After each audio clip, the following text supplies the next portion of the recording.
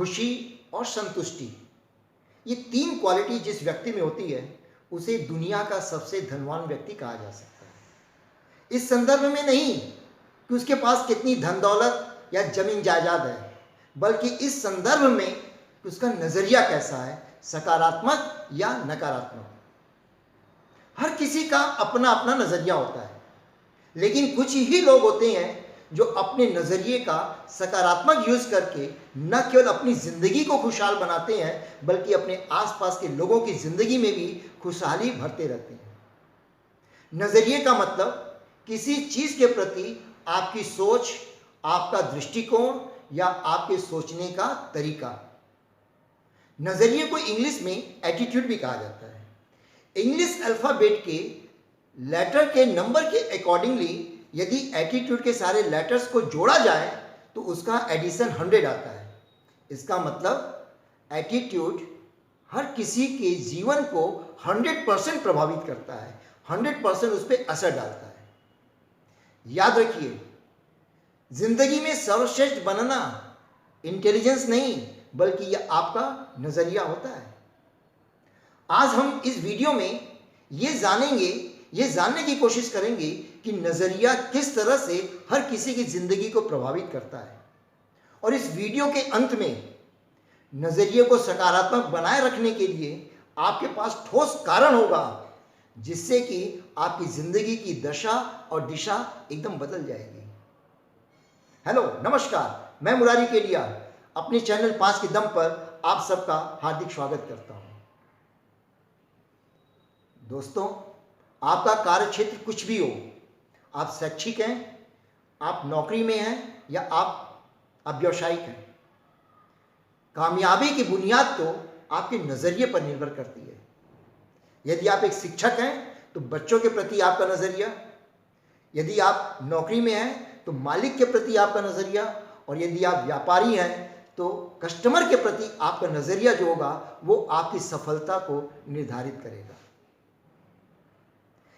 एक गांव में एक बहुत विशालकाय राक्षस रहता था, जिसके आतंक से सब लोग डरे हुए थे।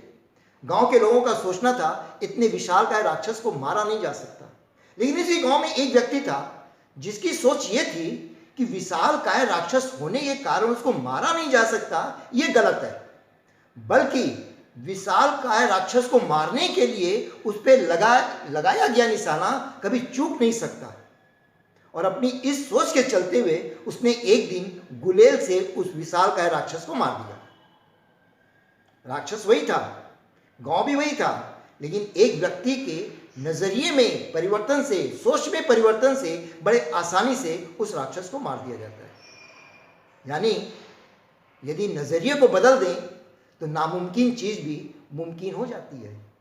इंग्लिश में एक वर्ड आता है इम्पॉसिबल, जो खुद अपने आप में कहता है आई एम पॉसिबल। एक व्यक्ति उस वर्ड को इम्पॉसिबल लेगा और अपनी जिंदगी को इम्पॉसिबल बना देगा, कठिन बना देगा, और एक व्यक्ति उस वर्ड को आई एम पॉसिबल के टर्म में लेगा और अपनी जिंदगी को पॉसिबल और बहुत खुशहाल बना देगा। इसको कहते हैं नजरिया, इसको कहते हैं नजरिए में परिवर्तन, इसको कहते हैं नजरिए की ताकत।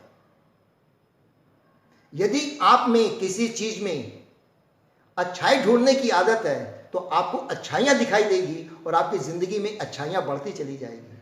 और यदि आपको उसी चीज में बुराई देखने की आदत है तो आपको बुराइयां दिखाई देगी और आपकी जिंदगी धीरे धीरे कठिन होती चली जाएगी। इसे नजर का नहीं, इसे नजरिए का फर्क कहते हैं, इसे नजरिए का परिवर्तन कहते हैं। चर्चिल ने भी कहा है, नजरिया बहुत छोटी सी चीज है, लेकिन हर किसी की जिंदगी में बहुत असर डालता है, बहुत असर डालता है।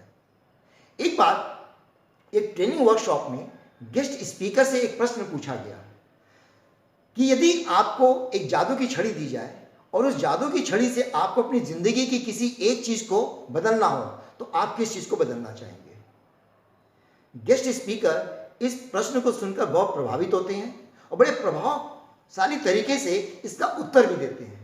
उन्होंने कहा कि मैं अपने और अपने साथ काम करने वाले लोगों के नजरिए को बदलना चाहूंगा, क्योंकि नजरिए में परिवर्तन से लोगों में काम के प्रति वफादारी बढ़ जाती है, लगन बढ़ जाती है, जोश आ जाता है, चीज़ों की बर्बादी कम होती है, समय की बर्बादी कम होती है, प्रोडक्टिविटी बढ़ जाती है और उससे फिर प्रॉफिट होने लगती है।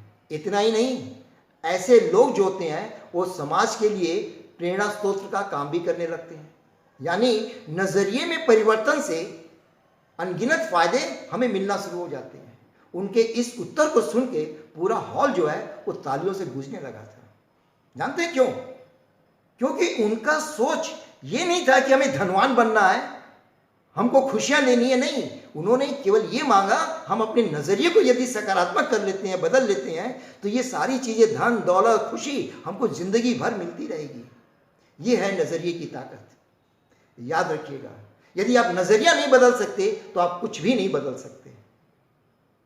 यदि आपको कोई चीज पसंद नहीं है तो उस चीज को बदल दीजिए, और यदि उस चीज को नहीं बदल सकते हैं तो अपने नजरिए को बदल दीजिए। पूरे विश्वास के साथ मैं कहता हूं कि सफलता आपके कदमों में होगी, खुशी आपके कदमों में होगी।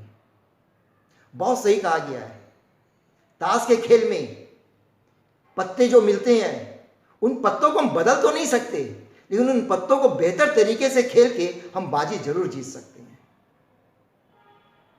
सकारात्मक नजरिया बनाए रखना ये एक आदत है, और इस आदत को हम लोग बड़ी आसानी से अपने में डेवलप कर सकते हैं, अपने में इनकलकेट कर सकते हैं। वो भी कैसे? बहुत छोटे छोटे उपायों को फॉलो करके।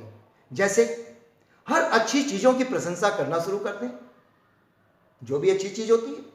यदि कोई व्यक्ति आपके लिए कोई अच्छा काम करता है, उसको ग्रेटिट्यूड शो करना शुरू कर दीजिए, उसको धन्यवाद देना शुरू कर दीजिए, बिना किसी ईगो के। ईगो नहीं होना चाहिए।